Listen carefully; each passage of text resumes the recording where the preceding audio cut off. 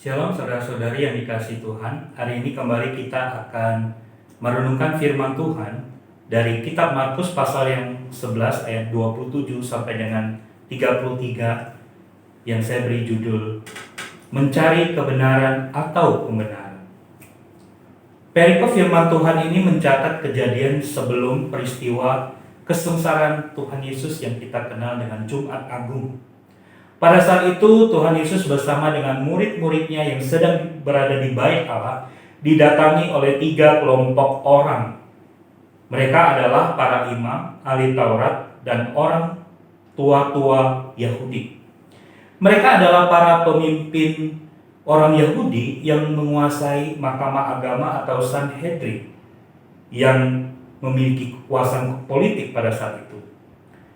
Mereka sangat membenci Tuhan Yesus karena mereka selalu tidak setuju dan menentang terhadap apa yang dilakukan dan diajarkan oleh Tuhan Yesus. Puncak dari kebencian mereka adalah ketika Yesus sehari sebelumnya datang dan mengusir para pedagang yang berada di pelataran Bait Allah. Tuhan Yesus marah karena Bait Allah yang seharusnya menjadi rumah doa telah dijadikan mereka sebagai sarang penyamun atau korupsi. Karena itulah para anggota Sanhedrin itu datang dan bertanya kepada Yesus, "Dengan kuasa manakah engkau melakukan hal-hal itu? Dan siapakah yang memberi kuasa itu kepadamu sehingga engkau melakukan hal-hal itu?" Mereka sedang mempertanyakan otoritas Tuhan Yesus dalam tindakan menyucikan Bait Allah. Mereka bertanya demikian bukan mau mencari kebenaran, tetapi mereka mencari pembenaran. Bahkan mereka mau mempermalukan dan menekan Yesus atas perbuatannya. Tuhan Yesus tidak panik, tetapi dengan tenang Yesus mengajukan pertanyaan balik kepada mereka. Yesus bertanya, "Baptisan Yohanes itu dari surga atau dari manusia?" Yesus menuntut jawabannya terlebih dahulu sebelum dia menjawab pertanyaan mereka. Mendengar pertanyaan itu, mereka kemudian berdiskusi. "Jikalau kita katakan dari surga," ia akan berkata, "kalau begitu, mengapa kamu tidak percaya kepadanya? Tetapi masakan kita katakan dari manusia?" Mereka takut kepada orang banyak karena semua orang menganggap bahwa Yohanes betul-betul seorang nabi. Dengan kata lain, mereka sebenarnya sudah tahu jawabannya, bahwa Yesus adalah Mesias, anak Allah yang berotoritas.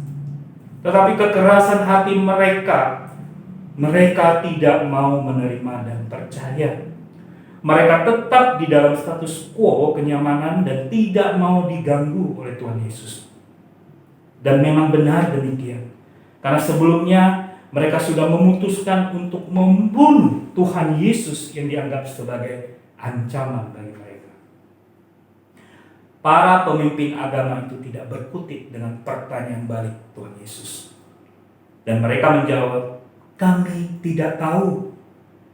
Kata Yesus kepada mereka, "Jika demikian, aku juga tidak mengatakan kepadamu dengan kuasa manakah aku melakukan hal-hal itu."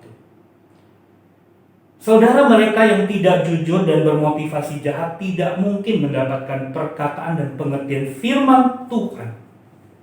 Yesus pernah mengatakan, "Mereka memiliki mata tetapi tidak melihat. Mereka memiliki telinga tetapi tidak mendengar." Saudara sekalian, bagaimanakah dengan kita saat ini? Sebagai orang percaya kepada Tuhan, apakah kita memiliki hati seorang murid yang sungguh-sungguh mencari kebenaran? Jauhkanlah sikap seperti para imam, para ahli Taurat dan tua-tua Yahudi tersebut, yang dengan kekerasan hati mereka datang kepada Tuhan Yesus hanya untuk mencari pembenaran, bukan kebenaran. Kiranya Tuhan menolong kita untuk memiliki hati seorang murid yang senantiasa mau mencari kebenaran firman Tuhan. Maka kita akan beroleh pengertian yang akan membuka mata rohani kita untuk terus percaya dan bersandar kepada Tuhan yang otoritas atas seluruh kehidupan kita. Kiranya Tuhan menolong kita. Amin. Tuhan Yesus memberkati. Kau pernah ada di tengah